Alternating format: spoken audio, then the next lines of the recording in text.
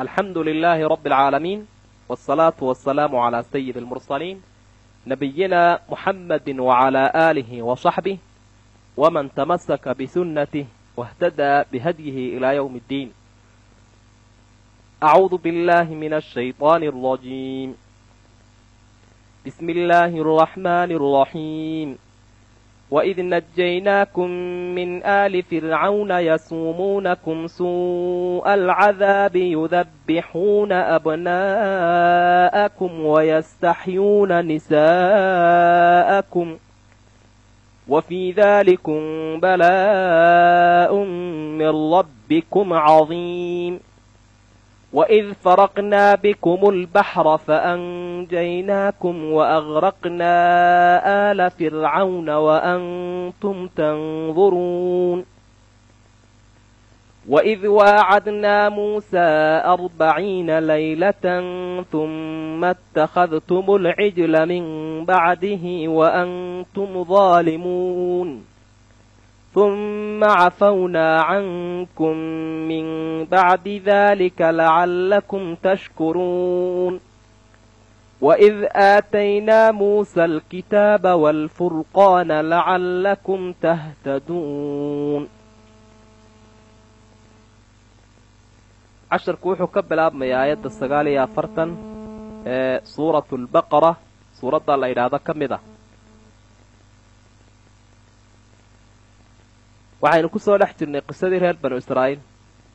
aayaadkuna iyaga ayay ilaahay ugu yeedhayuu la hadlayey. reer banu israa'iilkan ilaahay uu la hadlayaa waa kuwii joogay madiina, nebiga calayhi salaatu wasalaam ay meel wada joogeen. laakiin kuwa nicmooyinkan loo sameeyey ama faldembiyeedyadan galay ee laga warramayaa aabbayaashoodii hore weeye. laakiin arrintu waxa ay tahay qofku marka uu aabbihii waafaqsan yahay haba ka horreeyo, caadadiisii uu ku taagan yahay, mawaaqiftiisii iyo aragtiyihiisii uu haysto waa isagii hore ee tegey ayuunbuu kan iminka joogaana la mid yahay. sidaa awgeed baa ilaahay reer banu israa'iilkan intaasoo sannadood ka dambeeyey kuwaa hore ayaa ilaahay uula hadlayaa, oo sidii kuwaa hore ula hadli lahaa ayuu kuwanna ula hadlayaa. markaa halkan waxa ilaahay uu xusuusinayaa balaayooyin badan oo uu ka badbaadiyey iyo nicmooyin badan oo uu siiyey. labada qayboodba way isugu jiraan aayaadkan soo socda. waid najaynaakum wadkuruu waxaa xustaan reer banu israa'iilow id najaynaakum markii aanu idinka badbaadinay min aali fircawn qoladiisii yasuumuunakum waxay idin dhadhansiinayeen suu'a alcadaab cadaabkiisa u xun, yudabbixuuna abnaa'akum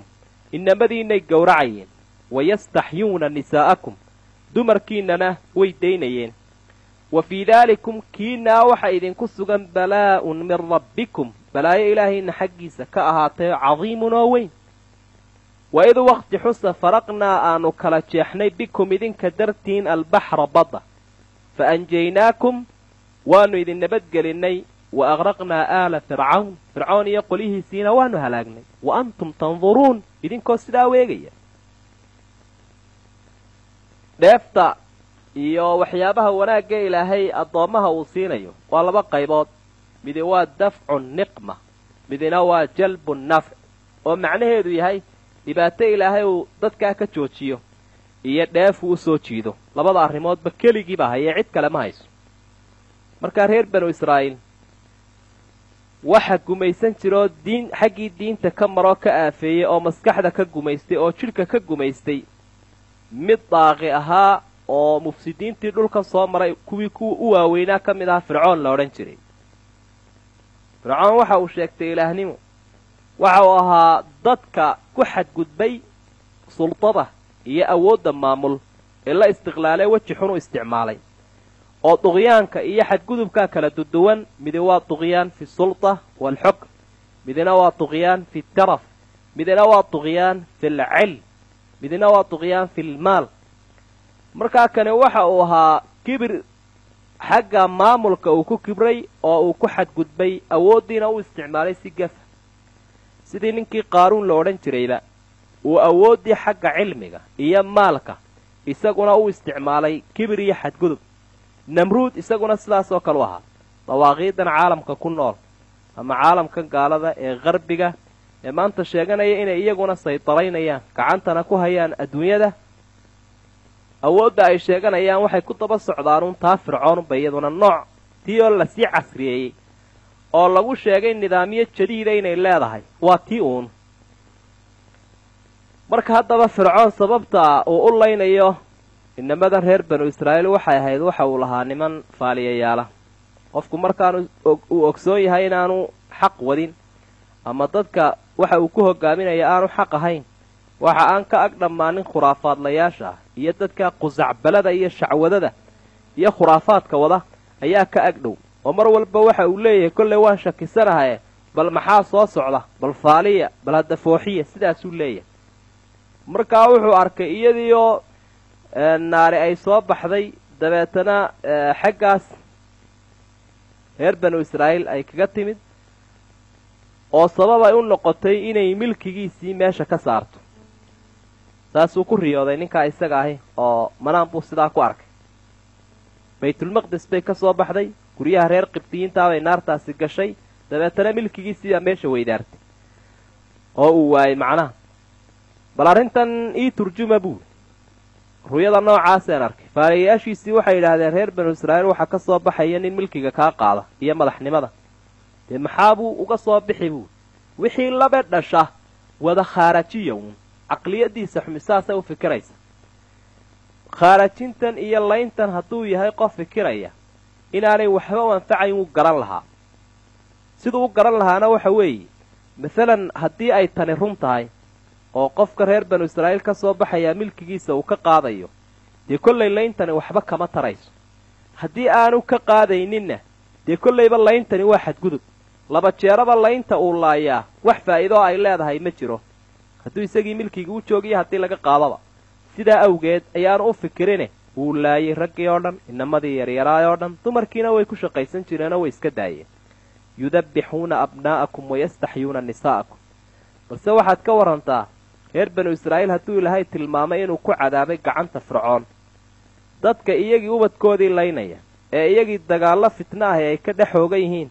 ee waxyeello isu geysanaya iyagii kurta iska guraya waaba sida aynu nahaye maxaa markaa taana lagu sheegi karaa macadow baa ku soo duulay madaalim kale ayaa lagu salliday iyagii ayaa markaa faraacino isku noqday fircoonyaal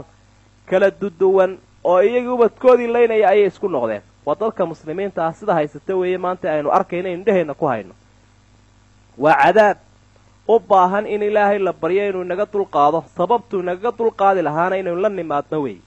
wa fii daalikum balaa'un min rabbikum cadiim arrintaa balaayo weyn baa ku sugan oo ilaahay balaayo idinku salliday bay ahayd reer banu israa'iilow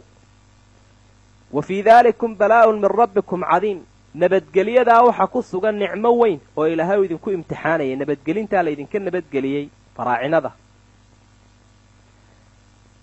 waxaa kaloo ilaahay uu xusayaa arrin kale oo reer banu israa'iil loo yeelo iyaduna ahayd mashaakil soo qaabiloo laga badbaadiyey waid faraqnaa bikum albaxr fa anjaynaakum wa aqraqnaa aala fircawn wa antum tanduruun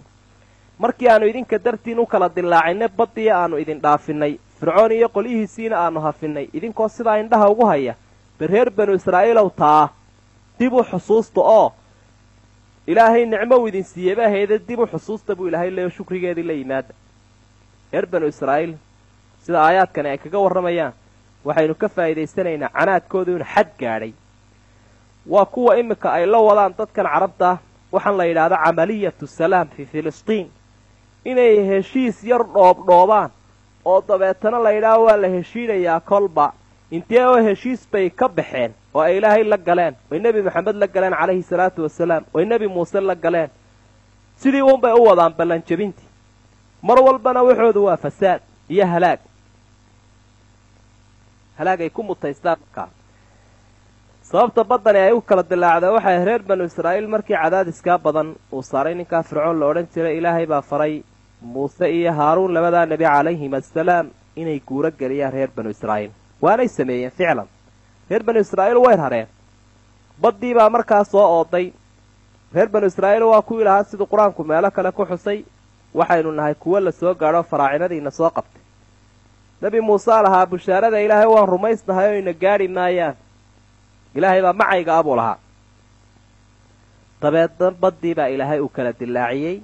fa kaana kullu firqin kadawdi alcadiim laba qayboodoo waaweyn bay biyaheedii isu taageen oo biriishyaa ilaahay uu ka jeexay fircoon dabeetana wuu isqaadqaaday isaga oo ciidamadiisii uu soo agaasimee faraha badnaay oo kumanaan lagu sheegay milyanaad wax ku dhow ayuu watay markaa sidan gaaladuba iminka ay u urursadaan ciidamo ay magacyaal kala gaargaara u bixiyeen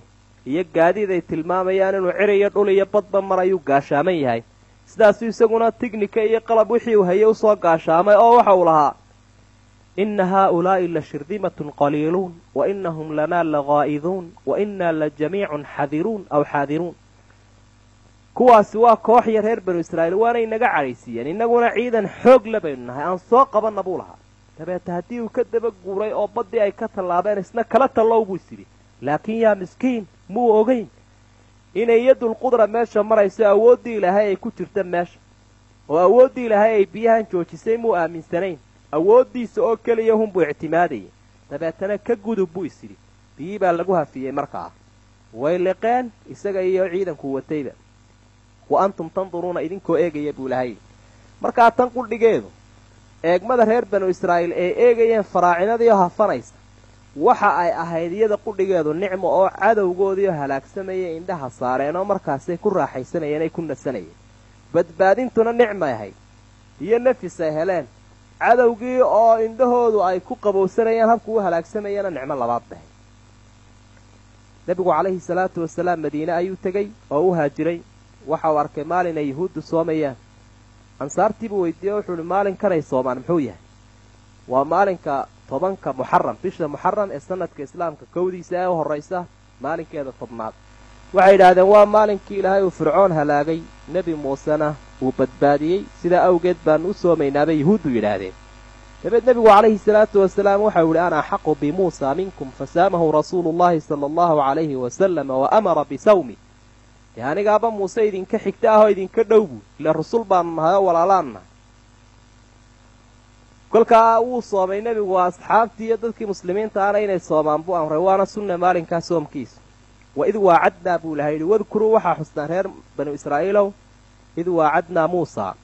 markii nebi muuse aanu la ballannay 40 laylatan 40 habeen dabadood uma ittakhadtum alcijl dibigii baad samaysateen intuu anbabaxay muuse min bacdihi intuu tegay dhuurusiina kadib wa antum daalimuuna idinkoo xadgudbaya oo naftiinna iyo dadka kaleba dulmiyaya uma cafawnaa cankum waanu idinka dhaafnay min bacdi daalika intaa gaalnimadaa samayseen kadib waanu idinka cafinay lacallakum tashkuruuna bal inaa ilaahay u mahadnaqdaan wa id waqti xusa aataynaa muusa alkitaaba waalfurqaan aanu muuse siinay kitaabkii towraad ee ahaa furqaanta xaq iyo baadilka kala saaraya lacallakum tahtaduuna si aa ugu hanuuntaan nicmooyinkaa hore ilaahay uu soo xusay waxay ahayd cadow uu ka badbaadiyey iyo khayraad uu la kulmiyey tanina waxay ahayd nicmo uu siiyey oo ku saabsanayd nicmadii waxyiga waa nicmada islaamnimada waa nicmada bashar nicmo uu hele ugu weyn waa nicmada ilaahay ugu gallad jeeganayay dadka muslimiinta ah alyawma akmaltu lakum diinakum wa atmamtu calaykum nicmatii waradiitu lakum alislaama diina nicmadaydii baan kaamil yeelay waa nicmatu diin nicmatu lislaam taas weey waa nicmada loo baahan yahay dadkeennu inay gartaan nicmada haddii dadku ay garan waayaanna niqmo iyo balaaya halkeeda imanaysa wey markaa bal goortaanu muuse 40 habeen markay dhammaadaan kadib inuu duurusiina yimaaduu waxyiga halkaa ka soo qaato aanu kula ballannay ka warrama intii uu sii maqnaabay dabeetana waxaa ka soo dhex baxay mid mufsid ahaa dhulbi'is ahaa dhulbi'isyada caalamka soo maray way badan yihiin oo muuse saamiri lo odhan jiray dibii buu u sameeyey sidii bay ku caabudeen intii kadibna ilaahay waa ka cafiyo uu ka dhaafay kitaab baa la siiyey alkitaab oo towraada furqaan baa ilaahay uu ku tilmaamay xaq iyo baadilku kala saarayay si ay ugu hanuunaan qolo walbana kitaabkaa la siiyey inay ku hanuunaan ayaa ilaahay uu u siinaya kitaabkeenna qur-aanka inaynu raacno aynu ku hanuunno ayaa ilaahay uu noogu soo dhiibay nebi moxamed calayhi salaatu wasalaam rabbi baynu ka baryaynaa inuu inaga yeelo kuwii dhaqan uu noqdo ee isagu uu hogaamiyo qaraarta qiyaamahana uu shafaaco qaado casharkan halkaa inoogu joogo wasalaamu calaykum waraxmat ullaahi wabarakaatu